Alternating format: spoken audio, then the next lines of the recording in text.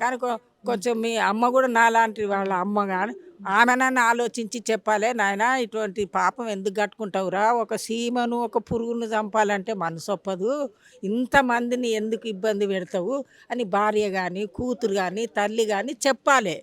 వాళ్ళు కూడా వాళ్ళకి నమస్కారం పెడుతుండ, నేను ఏమైనా తప్పు మాట్లాడితే క్షమించమని కూడా చెప్తుండా.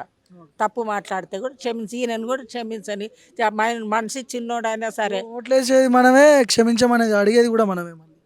మరి ఓట్లేసినాం కదా మనం. అప్పుడు వాళ్ళు మొక్కిండ్రు కదా అయ్యా, అప్పుడు వాళ్ళు మొక్కిండ్రు కదా. వాళ్ళు మొక్కిరు ఓట్లు అడగడానికి. ఇప్పుడు మనం మొక్కాలి.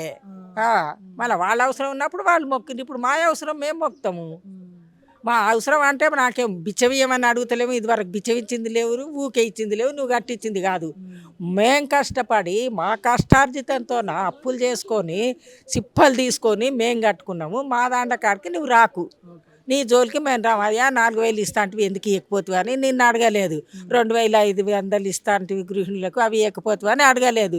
నువ్వు 2.5 సంవత్సరాల నాడు మాట ఇచ్చినావు. నువ్వు మాట మనిషి అని ఎవరు అనుకుంటలేరు, కానీ నువ్వు చెయ్యకుండా పోతువు, కానీ నిన్ను అడగలేదు.